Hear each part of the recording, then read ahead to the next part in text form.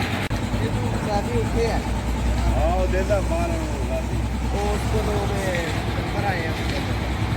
वो तो डैम बदल लवांदा रहता है अगर नहीं मेरे ख्याल नहीं ਹੁੰਦਾ ਤੇ ਦੋ ਤਿੰਨ ਬੋਰੀਆਂ ਚਾਰ ਜਿਹੜੀਆਂ ਹੈ ਨੇ ਫਿਰ ਲੈ ਆਵਾਂਗੇ ਆਪੇ ਹੀ पर उसका मेरा सोना ना जावे मैं उनको नहीं सौदा यार खा लवा मैं भी नहीं सौदा ਉੱਤੇ ਪੈਰ ਚੁੱਕ ਲੈਵਾਂਗੇ ਐਡੀ ਗੱਲ ਕੀ ਗੱਡੀ ਆਪੇ ਲੈ ਆਵਾਂਗੇ ਚੁੱਕ ਕੇ ਆਹ ਸੀਮੈਂਟ ਲੱਦ ਕੇ ਗੱਡੀ ਲੈ ਆਵਾਂਗੇ ਕੀ ਹੈ ਜੋ ਨਹੀਂ ਤਾਂ ਸਾਡੀ ਗੱਡੀ